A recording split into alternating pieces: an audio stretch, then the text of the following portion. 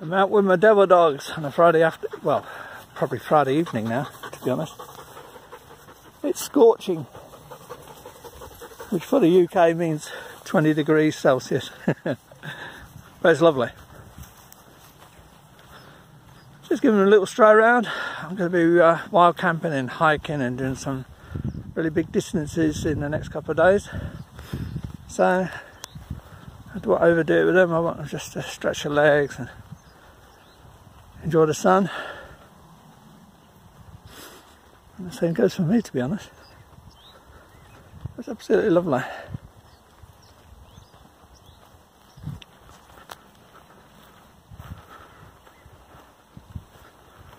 Planning to go to the Peak District again.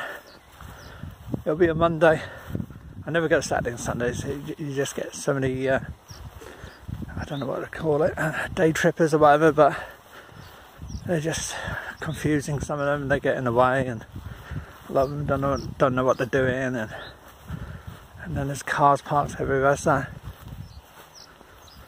I'll be going on a Monday. I'll get there Monday and it'll be empty. The place, car parks will be empty, the roads will be quiet, people will be back at work, and that's exactly what I want.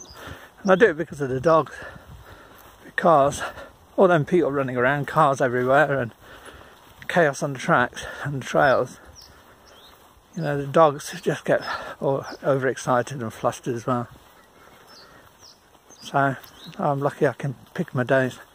And from what I see, it's going to be gorgeous for about the next 2 weeks. So I'll be going Monday, and I'll probably give it a rest of about 5 or 6 days and going back up again. Oh, I might even stray a little further, see how the dogs will go. Don't know what kind of state this water's in. Oh, I don't know, too bad. They tend to get a little bit runny tummies after drinking it. I think it's the algae in the water, but it's nothing serious. Not like some places where you can get the blue algae, which can be quite toxic to dogs. But it's a good place for them to cool off, and that's what I'm trying to get them to do. Just go get a drink.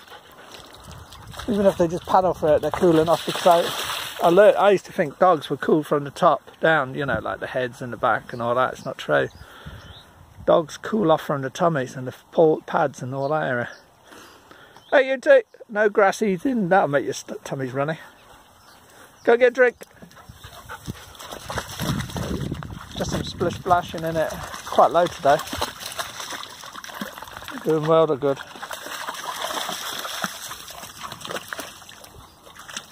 We'll do a couple of laps of this field and keep coming back in. As they get hotter, they'll go in more. Hold on, this is where I get slashed. Look at them, they go for a stinging nettle, so really, don't even get stung. Me, I only have to touch one, I get stung.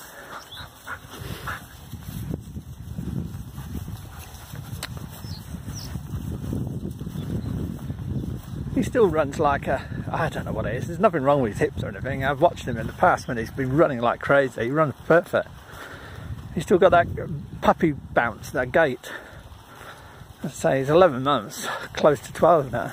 No, 11 months still. Yeah, sorry, I'm getting my dates wrong. The reason I say that is because in a calendar year there's 52 weeks. There's not 48, which is 12 months. So that first year is always confusing, really. There's 13 months in that first year, so we say they're 10 and 11, when really they're probably 12 or 13. If you understand what I mean. Because there's 7 days in a week, 4 weeks in a month.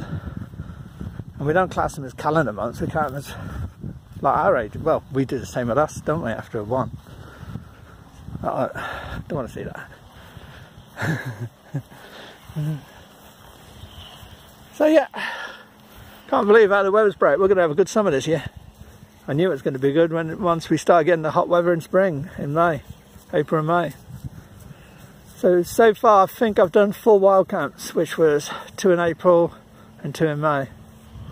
But I only videoed 1 in April.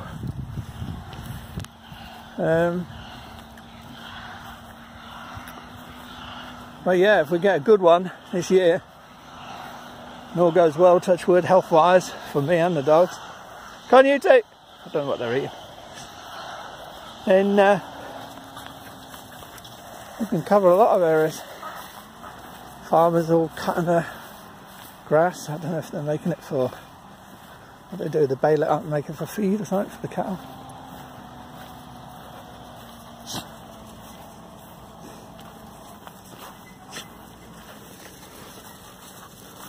What I love about this breed, they don't seem to feel the heat.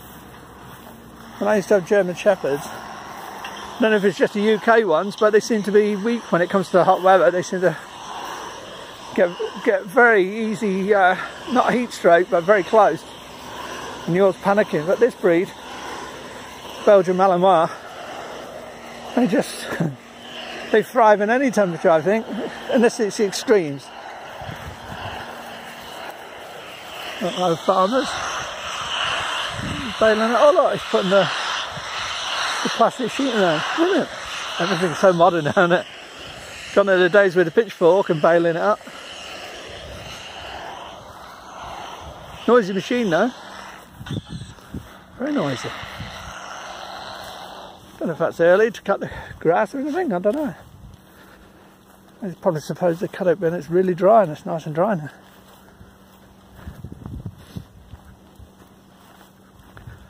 He seems to be growing, I know he's growing. He seems to be filling out, but look how there's nothing wrong with his run, it's just him. He's so clumpy. He's like, reminds me of Scooby-Doo. And that's because I believe he's got a lot more ground to do. Some shoot up in the first year really quick and then slow down. Some go in spurts, and he's done it in spurts and then stopped and then started. Because I watched him, sometimes he looks fat, and I was giving him the same intake every day and every week. But now he's starting to look less fat. He's not so chunky. He's looking more solid. He's muscling up bit by bit.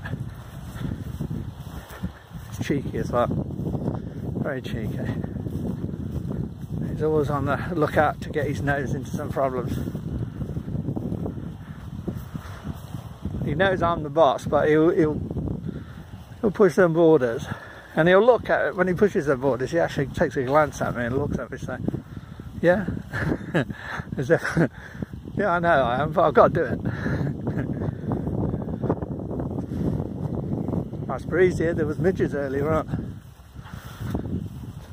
but they weren't biting. But there was quite a few of them, and I'm hearing they're up on the moorlands and in quite high numbers. So I'm expecting to get covered in midges and all that. I'm preparing for that because when they're saying the wind temperatures for Monday night are 3 to 4 miles an hour with the gusts as such of 10 to 15, which would be perfect. So I'll camp in an open area. I'm sure to get some breeze. I won't be seeking any shelter. Day temperature is supposed to be 18. And the field temperature, because there's no wind hardly, is supposed to be around 17 and 18. With a night temperature of, I think it was 11, the lowest, with a feel of 10, which is perfect, isn't it? Oh, I'll probably sleep with the tent doors open because I know I'm going to get loads of condensation if I don't. This way, Rebel! Trying to sub-guess me where we're going. I can hear voices on the path, so I don't want to be drawn to anything. I have a dog nearby.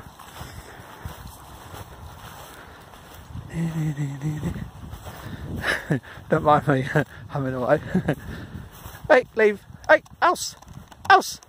Else! Leave it. See what I mean? He has to test. He hears me. He knows what I'm saying. I don't know what's in there. It could be a glass bottle. It could be, that was plastic, but I mean, it could be anything next time. You've got to be careful. It could be weed killer in a bottle or in a field.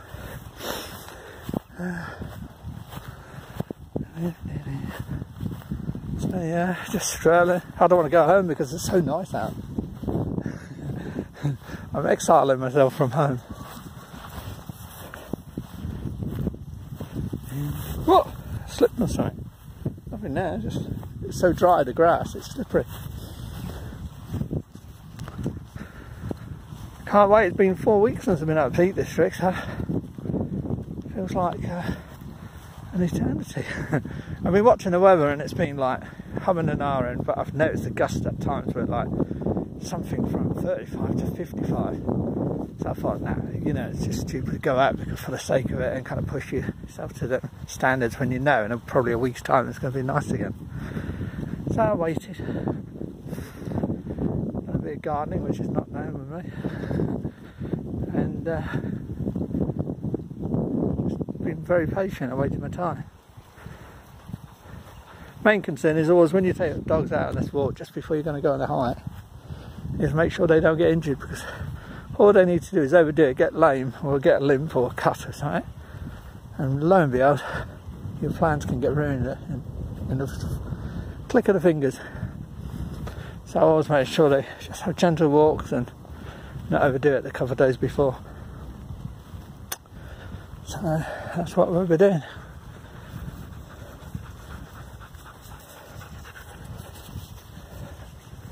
Always feels to me when I'm at home now that I'm not at home. Yet when I'm in the moorland, especially in the evenings, when I'm looking out at the vast emptiness, I feel more at home there than I do when I'm at my home. I know it would be different in the wild weather and the winter and all that, but you can't help but have that feeling. I used to, when I set off on a wild camp many years ago, I used to look at the hills as I was driving in the valleys and all that, approaching the area, and I'd be a bit anxious and a bit nervous, which is only understandable. I was chasing pigeons. And you know, in a way you always feel like, I don't want to do this, do I? As you get nearer, it's just that first step. But once you've done it once, twice, 3, 4 times, it's gorgeous. You just, words can't. I mean, I think I said in the last video, I was mentally refreshed as well as physically refreshed. Yes, you're exhausted energy-wise because you know, you've been going up some steep slopes and all that. Carrying pack, sleeping on the ground, that's hard. This way, Rebel, Rebel. This way. I don't know what's in there. Hey, see what I mean? I called him back and he had to go, didn't I? Do as you're told, or you go on the lead. Don't let the sun get you to get to your head. You want to get a drink? You want to get a drink? Where was I?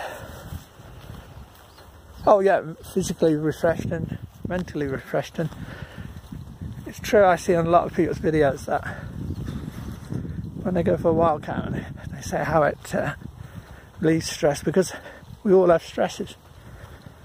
You know, even the ones that say, I'm not stressed, you don't realise that every day living in a town or a city is very stressful. No matter how chilled you are, there's always things that kind of pump you out a bit. So yeah, I come back after a wild camp, absolutely worn out, energy-wise, but I sleep well that night, of course, but the next couple of days I'm just pumped still. You feel so energised. And mentally, you're watching the world go by and everyone's going crazy, or people are arguing, or there's kids screaming or whatever, and you just feel to yourself, why? No, don't jump that, don't jump that, go that way. He was looking to jump. He could have done it, I bet, but I don't want the impact. See what I mean about injuries? I don't want injuries. Go on, you! He was very tempted there to jump. Go on, you! Right. I better end it there. Otherwise I'll bore you all silly with my conversations. As I say, this channel has always been about something different. I don't want to be the standard person that just goes hiking by himself or with a couple of friends, because everyone's covered that area. You two! Rebel, Stella, Rebel. And the videos are great. You know, I'm not going to complain, I love watching them. But I just want to give something different. So obviously with the dogs, and the type of dog, and what we get up to, is hopefully going to keep you interested. because then it might encourage other people, not just people to wild camp, but people to actually take their dogs out with them if they're fit and healthy, that is. This is great. It's great company. I know some people tend to say Americans and the British a bit foolish the way we treat our dogs. I don't treat them like babies. They're dogs. They're not kids. I might say in a conversation, or you know, I treat them like kids, and I don't. You know, I know they're dogs. These are working dogs. They do. I mean, she's fully trained up. He will be. He's going through the steps. Stella. As I say, it's great. I talk to them when I'm out on the wild camp. I know they don't understand a word I say, but it's something you do naturally. Rebel, come. Thank you. So, as I said last time, it's great protection when you're out there. Very good. You know, I sleep like I was telling one of my neighbours the other day when he was asking, and I said, you get different things with a dog when you're in the tent. You'll go to sleep, dogs will go to sleep. Then their heads will pop up maybe in the middle of the night, and you know they're listening to a rabbit, hare, grouse, whatever, you know what I mean, moving around. And then their head will go down and their ears will start, and you can tell they're half asleep and half listening. Then they'll get the other one where they kind of mutter to themselves because something's got close. It could be someone maybe a mile away, but they've heard the voices or heard noise. That's fine, that's no problem. But then you get the other one. Here, you two. I don't know what's in there, it looks like rubbish. Get here. Stella, come. Rebel, come. Rebel, come. Rebel, come. Fox poo. That's what I can see there. And of course, they love fox poo dogs too. Go. You're enticing them, they're rolling it. Being a bit stubborn there. He's going through that phase of say 12. I know what's going on. That will settle down. But going back to the point, yeah. And then the last sound they'll hear at night, if they're in the tent, and that's when you do get worried, is when they actually wake up, head goes up, ears are alert, and they start growling in a low growl. You then know something's near the tent. Get this way, you two. This way. This way. You've got your noses in everywhere. So as I say, I've never had that, and I don't want that last one. But apart from that, we sleep like larks. I've never had any problems. I've been in thunderstorms, torrential rain, strong winds, some of the craziest pitches that you could hardly sit on. Rebel, get up. That could be fox poo. Get up. Go. You have to think like a dog. When they're rolling, everyone thinks, oh, look at him enjoying himself. No, he could have found fox poo and he's rolling on it. When they're putting their nose in a hedge, they might have found something dead.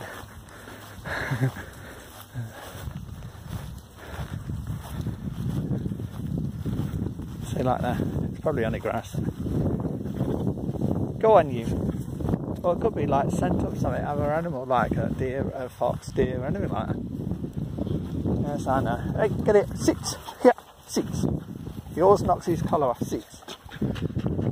Yeah. This one. He always tries to get that off. Go.